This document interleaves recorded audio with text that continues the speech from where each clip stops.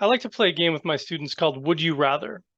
One option versus the other to increase equity returns in a leveraged buyout scenario, which is a traditional private equity deal. So in this case, this is a really simplified model that we use to educate our students on how these deals work. Purchase multiple and exit multiple of 10x on a $20 million EBITDA yields a $200 million entry purchase price. Grow that over 5 years at a 10%. We'll take this down to 10% annualized growth rate.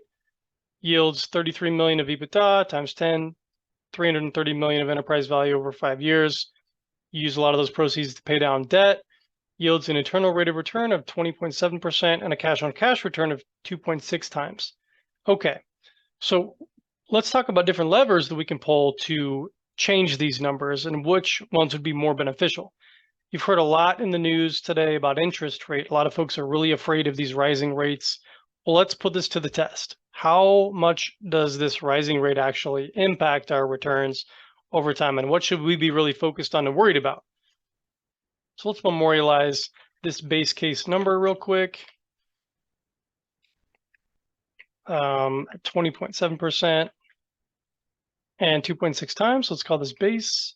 So let's reduce our interest rate, our SOFR rate, which is the floor, and then our senior debt is our floor SOFR plus 4 percentage points on 3.5 times leverage. Entry leverage on the 20 million, which yields $70 million of initial senior debt. So a lot of a huge number, a lot of senior debt, 7% all-in interest rate. So if we take this down to zero, that takes it down to 4% interest rate on the 70 million over that whole hold period of 5 years. So that yields here an improvement. But you know what? It's not that dramatic. It takes us from 20.7% to 21.2%. So interesting for sure, but certainly not a game changer as one may have thought when you look at that is such a big shift. 0 to 3% or 3 back to 0% is a cataclysmic shift in interest rate, which actually doesn't yield that dramatic of a difference in return, which is interesting. Now let's take an increase in growth rate from 10% to 11%, just one additional percentage point of growth on revenue that's annualized every year.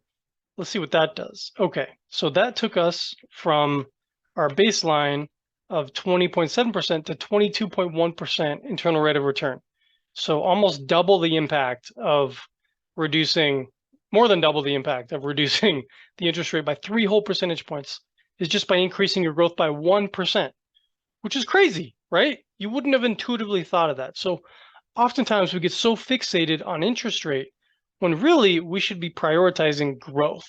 How can I grow faster? How can I get a debt partner to work with that can help me have more flexible capital, more access to cash, so that I can be opportunistic and acquire additional practices or do a de novo or multiple de novos or add more operatories, make investments in my business so that I can grow more rapidly and increase my enterprise value and therefore equity value faster.